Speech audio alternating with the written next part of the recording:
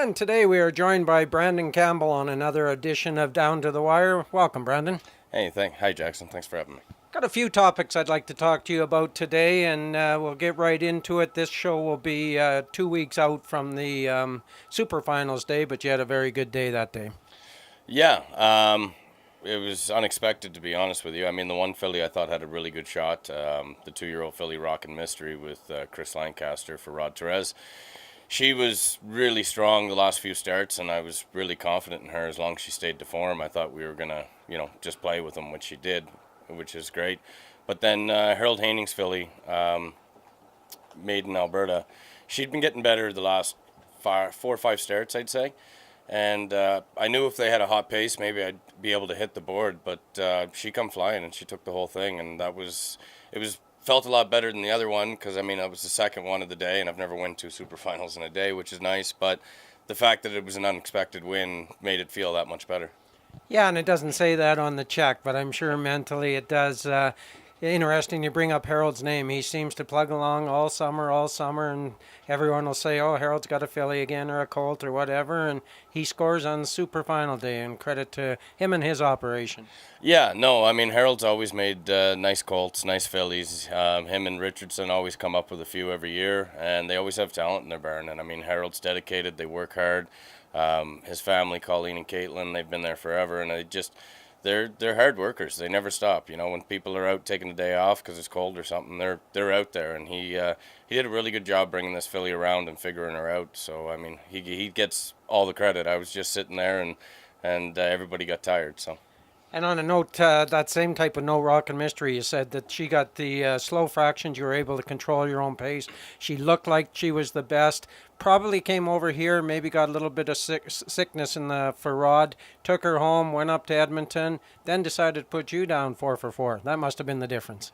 I don't think that was the difference, but they were struggling with her. She was very hot to start out with, and she would get to the front and she kind of get bored and she was closed up. So talked to the trainer Lancaster, and we decided after the first start I'd seen that she was quitting, so I buried her in the 2-hole and come late with her, and I blew right by them, and I had so much horse, and then she hit a wall. As soon as I went by, she stopped, felt like she was just going to go right by, and she kind of let go of me and come to a walk. So I talked with Chris, and we put some blinkers on her to keep her mind on business, but let her see horses if they were coming. And the next time we started her on the front, and she coming back quarter in 27 flat. Like once she could back into them and see them, she showed, like she has the heart to do it. She's just unsure and coltish, right? Like she was just young, green, didn't know what she was doing. But as she learned how to do things, she became really powerful.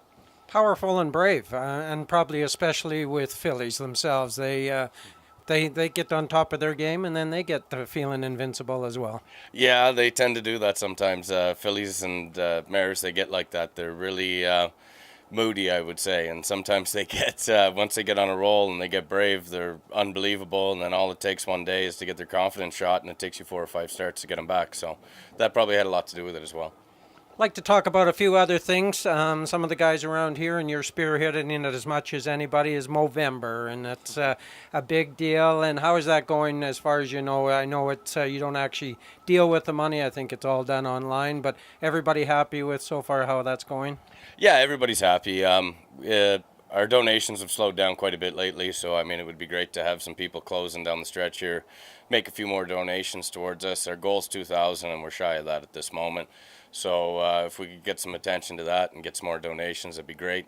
It's for prostate cancer, testicular cancer, and men's mental health, which are all things that need some help. My father is a survivor of prostate cancer, so it hits home. And I jumped at the opportunity to do it. I mean, it's not only looking good with this, but it's just a good cause, and there's a bunch of us into it. So it'd be great to see some other people jump on board and give us some more donations.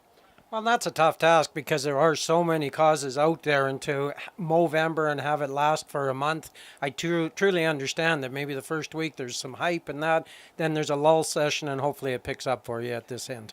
Yeah, I think that's kind of how it goes. I mean, the first week everybody jumps in, and we all kind of slow down a little bit on it, and now we're pushing on it coming into the home stretch, and people realize, oh shoot, I got to do this now before it ends. And I think we'll see some action, which would be fantastic, and it draws some attention here for us as well.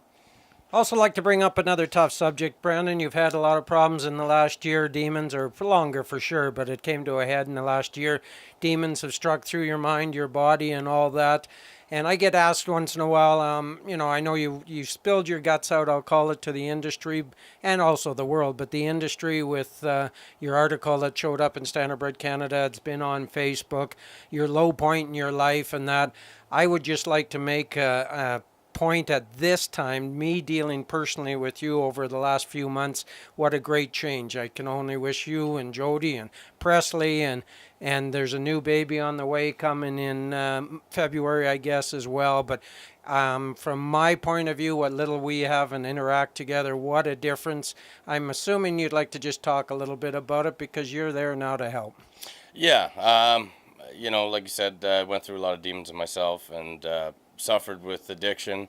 I thought all these years, because I had succeeded in life, that I had it well under control. And in this industry, it's just part of life. People drink, people do things, and eventually it came to a head and everything accelerated to a point of everything. And, I got caught up inside my head and things got real bad for me. But I was able to pull myself out with help of some great people that are in my life. Some of my owners really stepped in, some family members helped me out and got me through treatment. And it's made a really big difference in my life. My outlook on life is a lot different now. I smile every day. I don't take things so serious. Before, everything was such a big deal, and I realized there's a lot more to life than one race or one little incident. I mean, things happen and you can let them go. I mean, that shouldn't take your joy away. So, and also, I mean, with getting that article out and everybody knowing about it, a lot of people are a little shy about talking about these things, but for me, it just helps me stay stronger, getting it out and letting everybody know what I've been through, and that way, if there's ever a bad thought in my head, I can't turn back on it. But also, with that article and stuff, people have turned to me, have asked me, hit me up on Facebook, told me they were struggling, things like that. And that's basically how the whole program works. Once somebody helps you, you reach back and help somebody else. And with that, it just keeps the whole the process in your mind, helps you help others, which in turn basically helps me and helps me with my sobriety. So, I mean, it's a big revolving door in a situation. And when people are ready to admit that, there's something going on in their life, big or small, and they need a little help, I'm more than ready to be there. If anybody wants to reach out to me and needs a hand, I can get them started and be there for them. Well, there's your invite for anybody struggling through any kind of the stuff, or just to talk to somebody. And again, you're a lot younger than a lot of people that probably go through this kind of stuff. You just never know. But I certainly don't use this interview process for a platform by any means. But I can honestly say that you are a changed man, and you'll never have to fight. But I want to wish you and your family all the best. I know you've got great supporters from the barn area, from the owners and stuff that have helped you out. So good luck with that. You won 4 races yesterday. How does that happen? Just things are heating up. I mean, you go through waves in this business, and I went through kind of the last month and a half. It's been just average for me, and things are starting to heat up again for me, and it's fun when it does happen. Makes you want to come to work. Yeah. Alrighty. On that note, we will wish Brandon all the best, not on and off the track, as far as everything goes. Also, the birth of a daughter, I believe that's already out there as well. That's going to be in February. So this is a nice little family. They're headed in the right direction. We'll leave it at that. Good luck on the track, Brandon. Thank you very much, Jackson.